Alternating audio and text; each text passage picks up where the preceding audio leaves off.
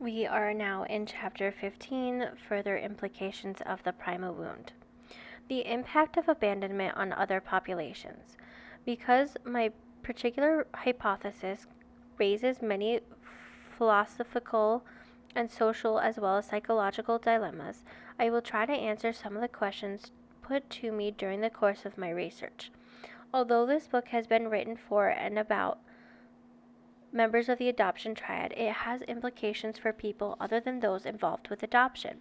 There are many ways in which a child can be abandoned, and many people have written to tell me that they were not adopted, but that much of which I have to say also applies to them. Children who have spent the first days, weeks, or months of their lives separated from their mothers by being placed in incubators, aka the NICU, may experience the same symptoms which relinquished babies experience. There has actually been studies to prove that, by the way. In addition, these children have to contend with visceral, cellular, and emotional feelings of painful medical procedures, many of which were performed without the benefit of anesthesia, and which remain as somatic memory traces. The medical profession has either misunderstood or chosen to ignore the sensitivity of these babies to the emotional pain of separation from their mother, or the physical pain of medical procedures. Expediency, convenience, and technology and profit often take over precedence over the aspects of healing, which include compassion, empathy, kindness, and mercy. Concern for the well-being of the whole person is lost. The mind-body split still operates in many of our hospitals and doctors' offices today.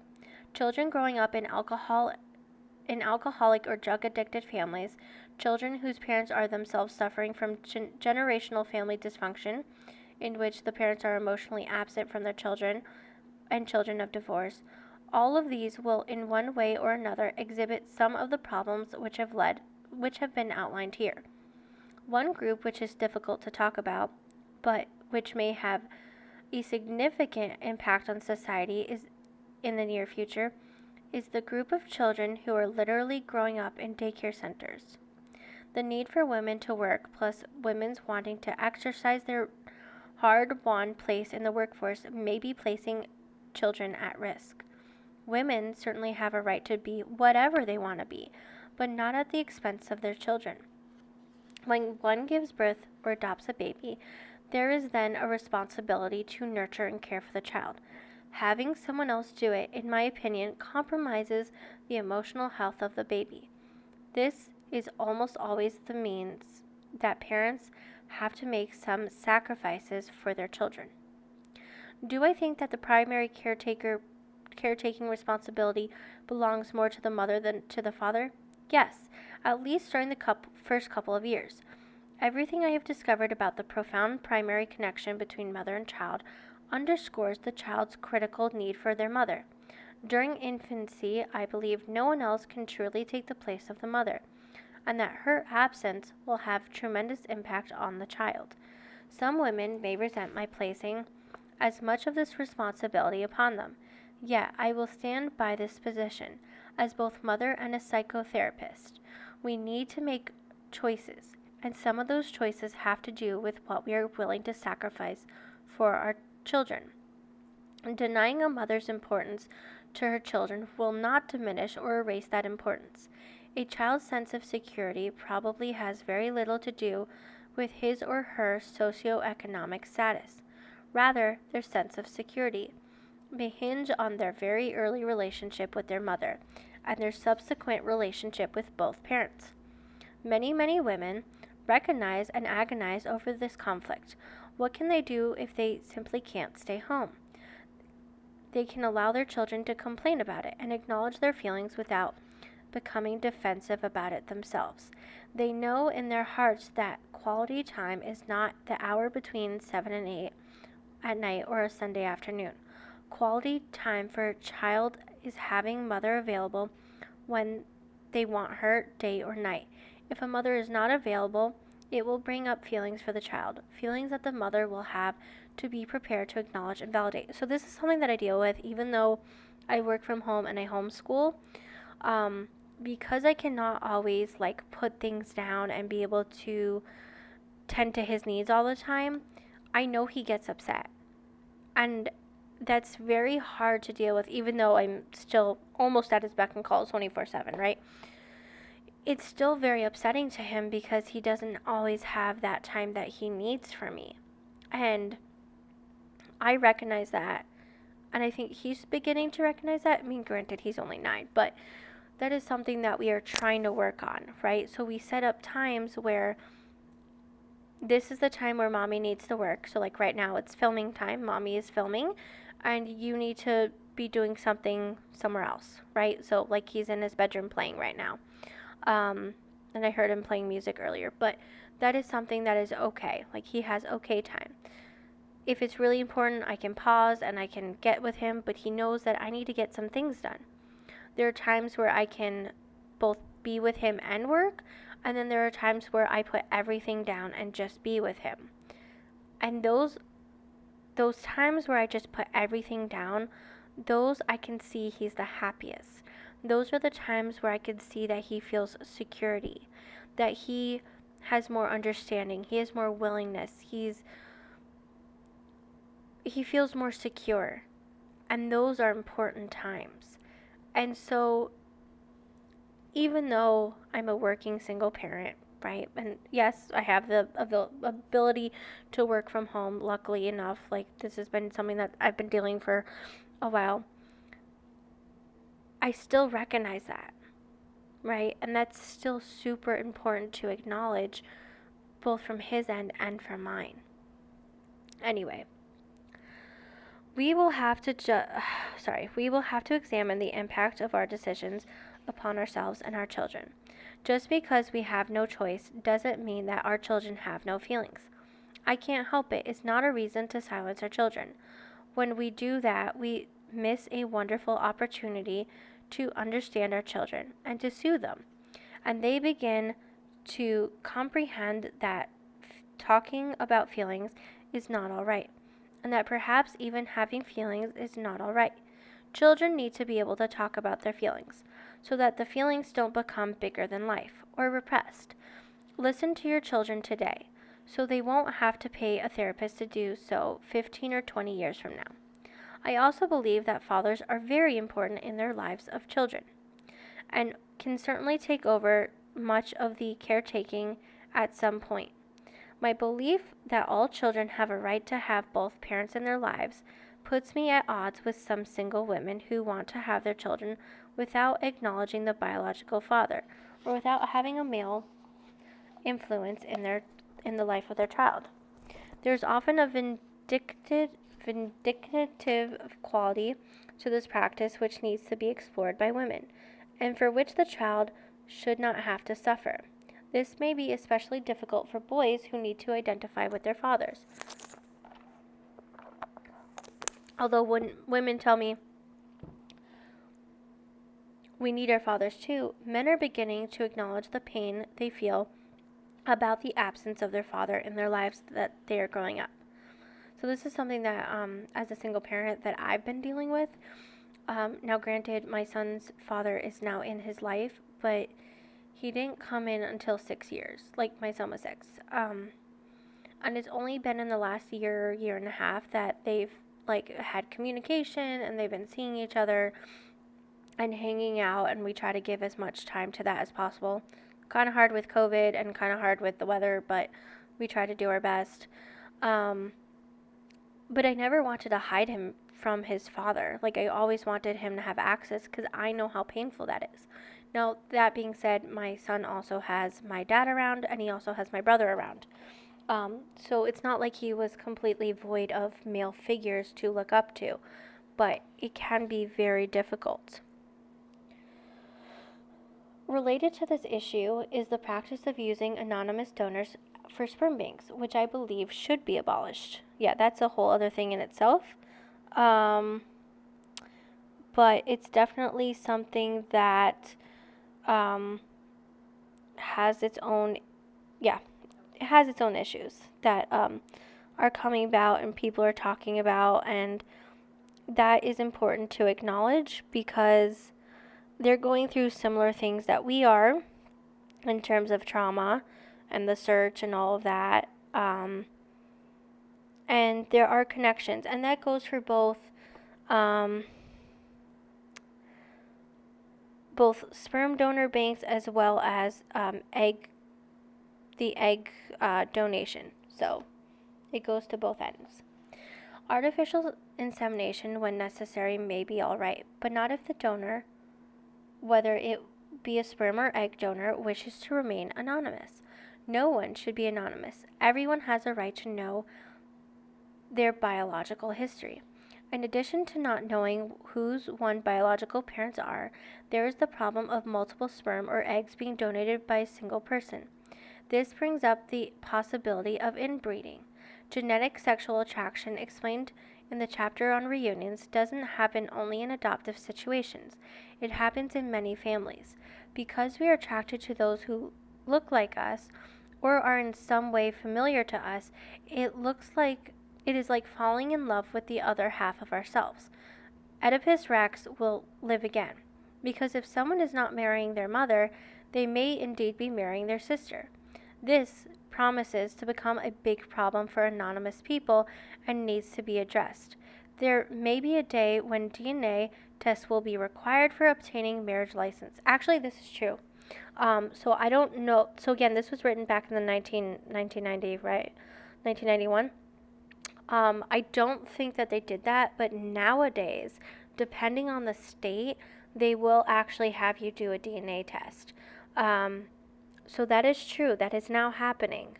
I don't think it's a widespread thing, but it is beginning to happen, because there are these cases where they find out that they were related, and that's a problem.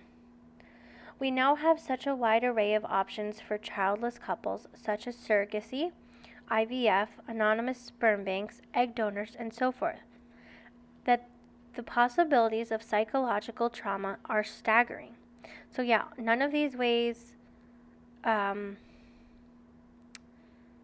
gotta say, like, even surrogacy has its own set of problems. IVF, not so much, but a little bit. But there's a lot. There's a lot.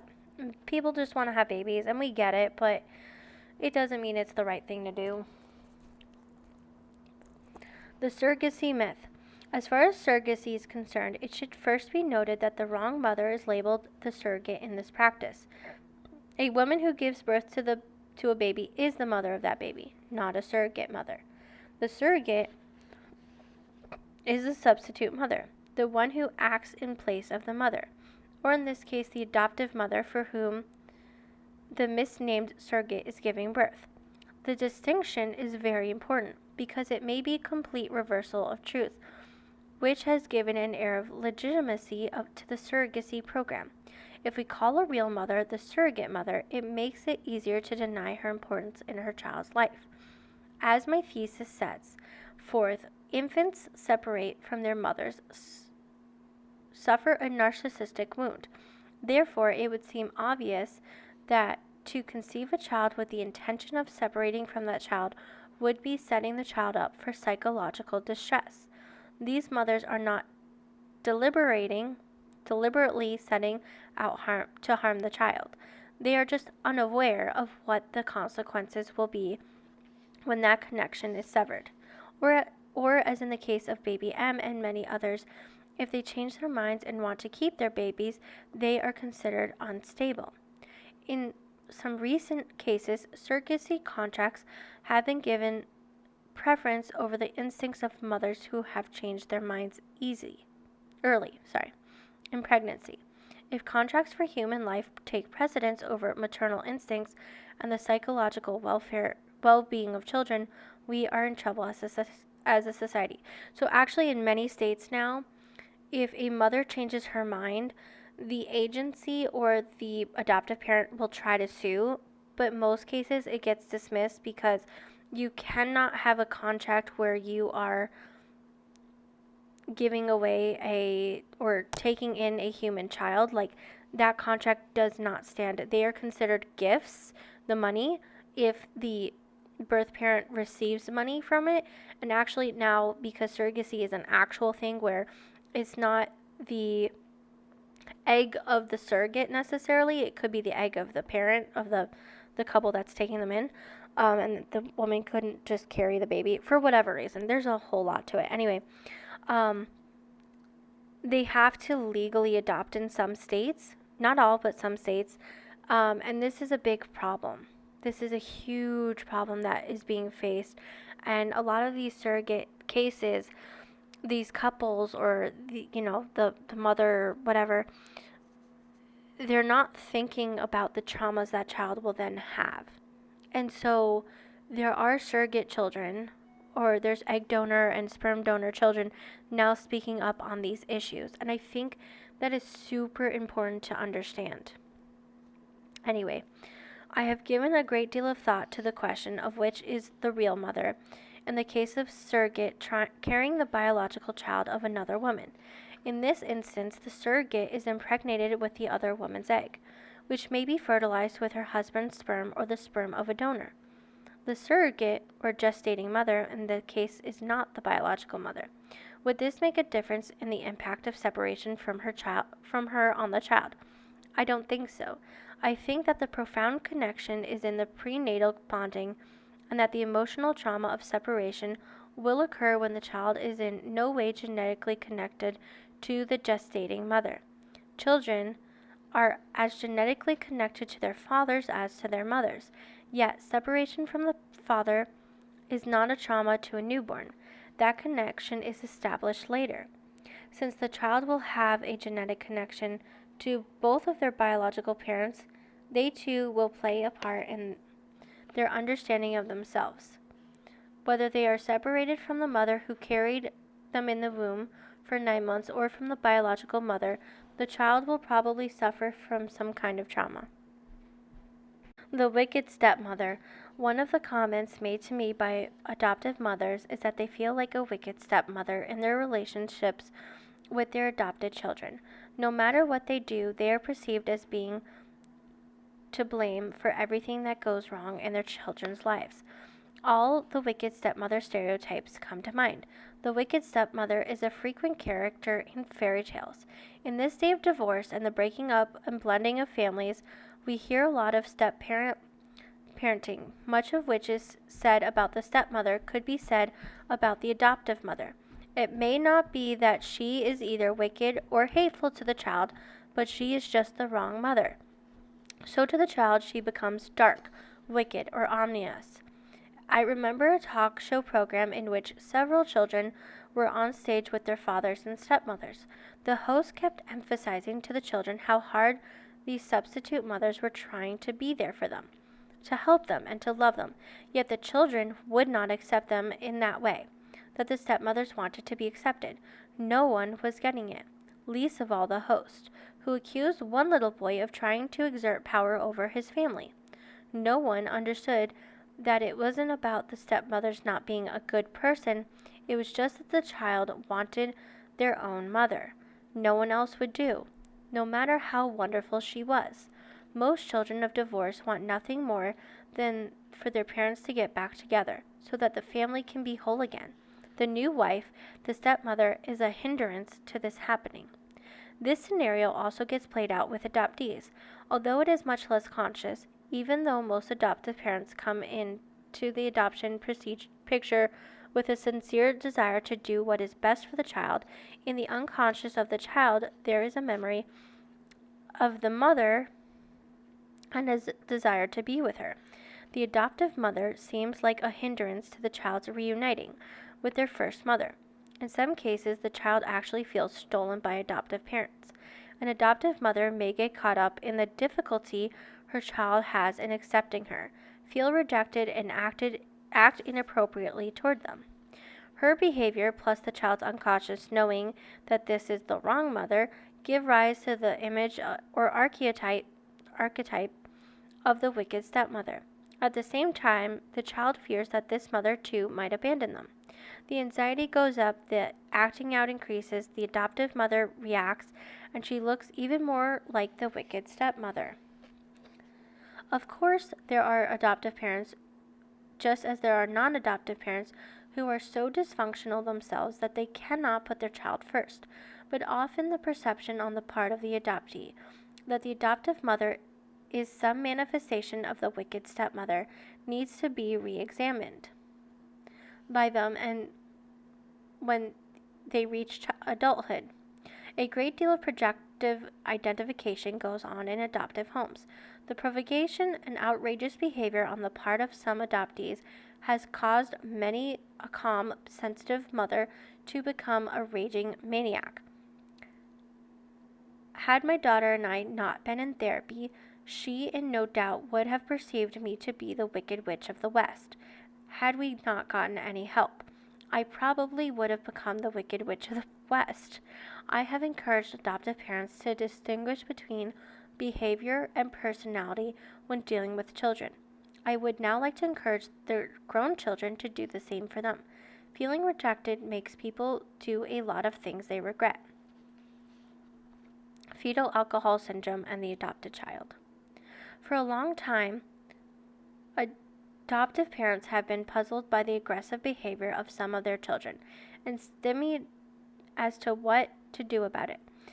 Ever since Michael Doris' book The Broken Cord came out, was made into a TV movie, and then featured on 2020, there has been a barrage of inquiries, letters from parents who are sure that their children are suffering from fetal alcohol syndrome. A disproportionate number of those letters are from adoptive parents. While it is in no doubt true that some adopted children are victims of this disability, it is my belief that many of these children are instead suffering from the effects of separation from the birth mother.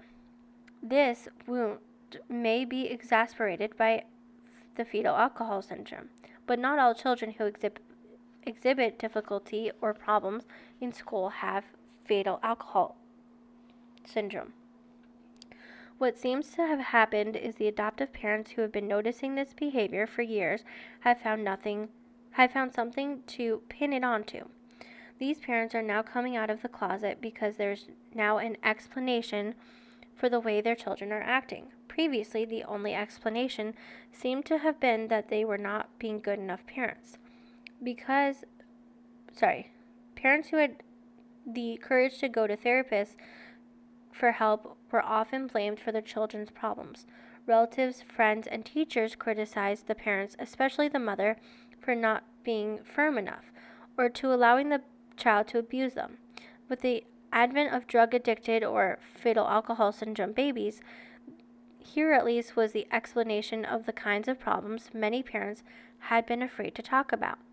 The danger in assuming that this behavior is caused by fetal alcohol syndrome is that the parents might feel hopeless about helping their children since there is no way to repair the neurological damage caused by it.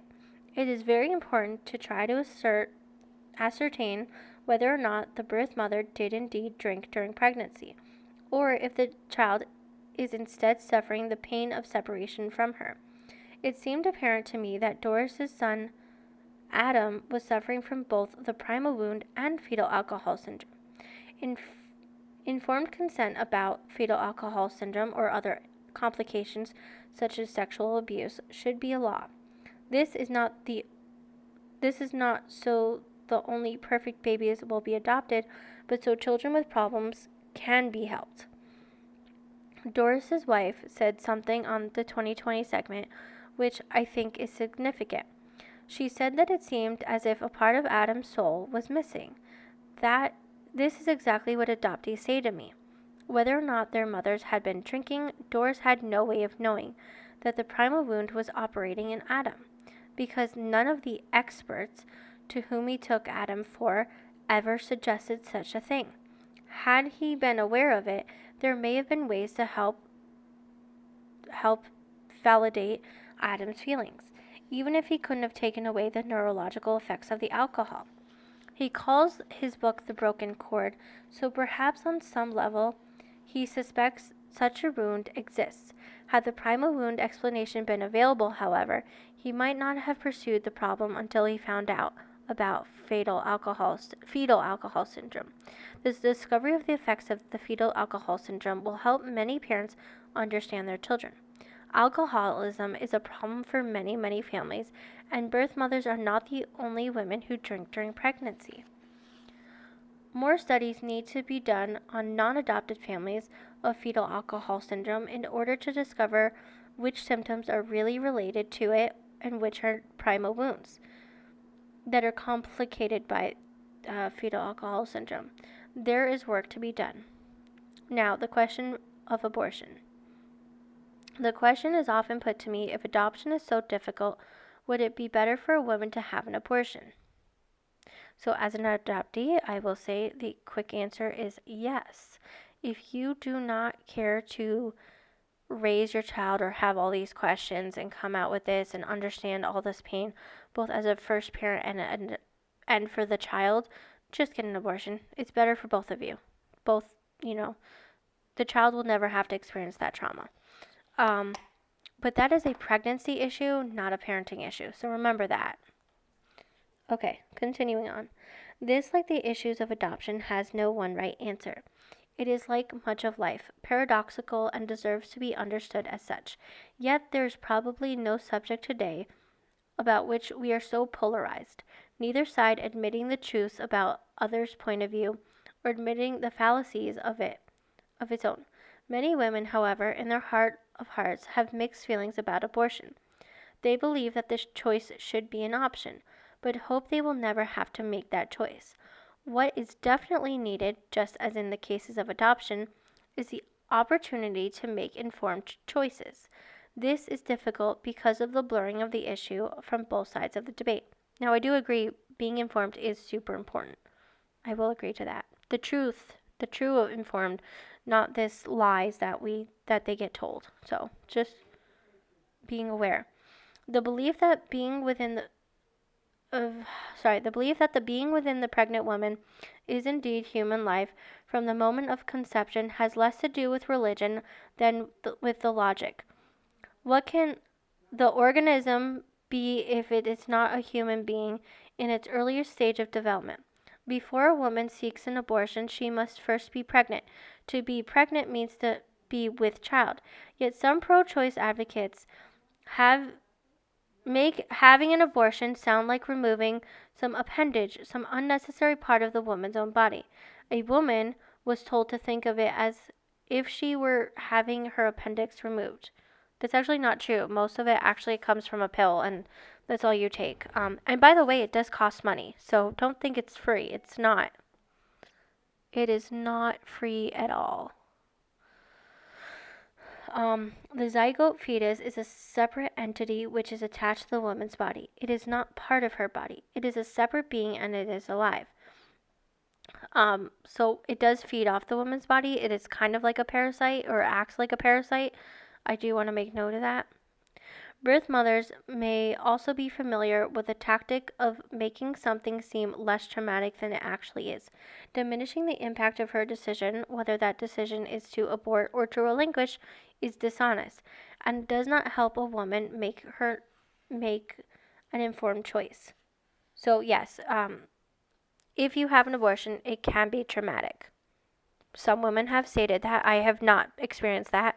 I have not had an abortion, so just making that clear, I do not have experience on this, but I have listened to other people's stories, and they have said it has impacted them. And then there's other women who say that it doesn't, just like birth parents, just like adoptees. I think, allowing yourself to grieve, if that's what you need, is important. Anyway, moving on. Somewhere deep within, a woman knows that she has begun to nurture a new life, and that having an abortion means ending that life. She does not need someone trying to convince her that this is not true. What she does need is help in handling the emotional fallout from her decision, so that she does not have to live a life of unconscious guilt.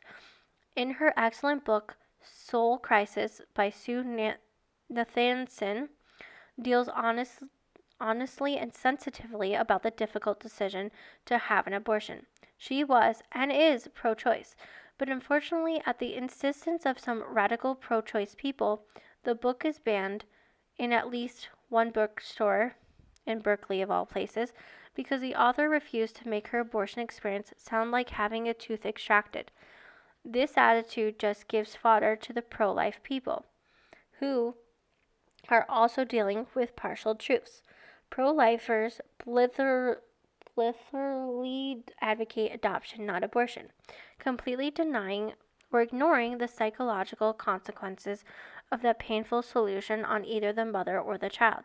Some pro-lifers actually recommend adoption over the mother keeping the baby because the baby was conceived in sin. Yep, this is true. We hear this all the time. F the pro-lifers. I'm just going to say it. If you are a pro-lifer, sorry but not sorry. If y'all are not adopted, you do not understand the pain we go through. If you are not a birth mother, you do not understand the pain we go through. Adoption should never be the solution. It is painful and lifelong, and we would never recommend it.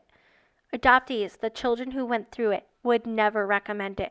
Think about that. Okay, anywho. This judgmental, narrow-mindedness has caused many babies who may have been kept by their own mothers to suffer the trauma of that separation from her. If the zygote embryo fetus baby is still psychologically part of the mother until sometime after birth, that separation from her may feel like death. Putting a baby up for adoption may make some adoptive parents and pro-life advocates happy, but it may destine the child to a life of emotional turmoil. Difficult choices. There are no easy answers. We have strongly held beliefs, but we really don't know. It does seem as if each side of the abortion issue is in denial about what the other is saying. Pro-life people espouse the wonders of adoption, completely ignoring the pitfalls of this alternative and the painful lives of unwanted children who daily suffer unspeakable atrocities at the hands of abusive parents. Pro-choice people often deny that what is being destroyed is life and that the mother is in fact a mother and will be impacted by choosing to abort. I think it depends on the person you're talking to, but yes. Even if she manages to stay in denial for 20 years, women who have had abortions have also given up a kid for adoption. Will most often say that adoption was the more difficult of the two for them to deal with because the child is out there somewhere and they have no idea what happened to them. What do adoptees think? One of the first questions many of them ask their birth mothers upon meeting them for the first time is, if abortion were an option, would you have aborted me? Or the younger adoptees will ask, did you think about abortion when you learned that you were pregnant with me? In neither case do they want the answer to be yes. Even though some adoptees have been in so much pain that they wished they had been aborted, most of those with whom I've spoken are thankful that their mothers did not have an abortion. They may have problems, but they have life. See, I hear all the time, and I've been part of it, that if we had been aborted, we wouldn't have trauma. So while we're already here, we are 4 times more likely to take our own lives. Some of us have been successful, some of us have not been. I was not successful in mine. And am I thankful for that now? Yes. But did it take me a long time to recognize that? And do I still have problems from it? Also, yes. So, do what you will with that information. More honesty and support and less judgment. It is important to be honest with a woman who may be seeking an abortion about the fact that there is indeed life within her and that she may have some feelings about the ending that life. We need to keep in mind that women who have had abortions need to mourn their loss, just as birth mothers do, and that society needs to help them do so. We can help first by recognizing that a life existed, then by showing compassion for the mother. There has to be a period of forgiveness and renewal after the grieving process has been completed, so that these significant life events do not paralyze or inhibit subsequent responses to the generative instinct or the parenting process. Although women should have a choice about whether or not to carry a baby to term, it is a terrible choice, and we should do more to ensure that women do not have to make that painful choice. The alternatives should include the quaint idea of self-control or abstinence. Nope, sorry. Here's where I think that is wrong. 50% of abortions actually happen because of failed contraception. And it's not just on the woman, it's also on the man. And it actually takes 2 or more ways of contraceptions, so like a condom and birth control, in order for it to often work best, right? And we're not aware of this. We need more education behind this. Abstinence, I don't think, is truly the answer. I think there's many more ways, but that's just me understanding. So, in addition to being a religious moral issue, being sexually active is also a psychological, social issue. Just because a person is physically capable of having sexual intercourse does not mean that one is emotionally or psychologically ready for a sexual relationship. Many young people just want to feel loved. We are failing them in this. And they are failing to impart to them that the tremendous emotional impact these kinds of decisions will have on the rest of their lives if they do make a conscious choice to be in a sexual relationship. Then they should have information and access to birth control methods and devices so that their next decision does not need to be a life or death decision. If pregnancy does occur, there are 3 choices: keep the baby, have an abortion, or put the baby up for adoption. All 3 choices will have lifelong consequences for the mother and the child. So yes, agree with that point too.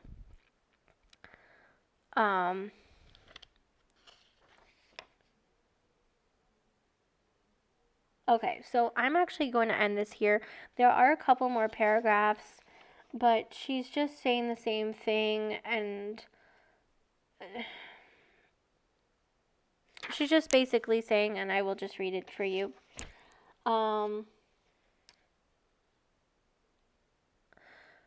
Basically, she's just summarizing what she said, and that, all have advantages and disadvantages. We have to recognize that. So I'm going to read the last paragraph, actually. I'm going to skip 2 paragraphs, so just be aware of that if you're reading the book. It is time that we stop denying painful truths in order to avoid the painful work of making difficult decisions which will affect the well-being of our children. Our failure to keep our children safe and secure puts them in a perpetual state of anxiety. It is time to listen to our children and to put their welfare ahead of our own. Adopted children, foster children, stepchildren, biological children, all children deserve nothing less than our very best love and protection. So that is all for this chapter. Like I said, I did skip 2 paragraphs. You can go in and read it, but it was just summarizing what we were talking about. There's no new information, so being aware of that. Chapter 16 will quickly be uploaded right after this. I hope you all have a fantastic day, and we are beginning to read Chosen Children 2021 by Lori Carangelo, so go check that out.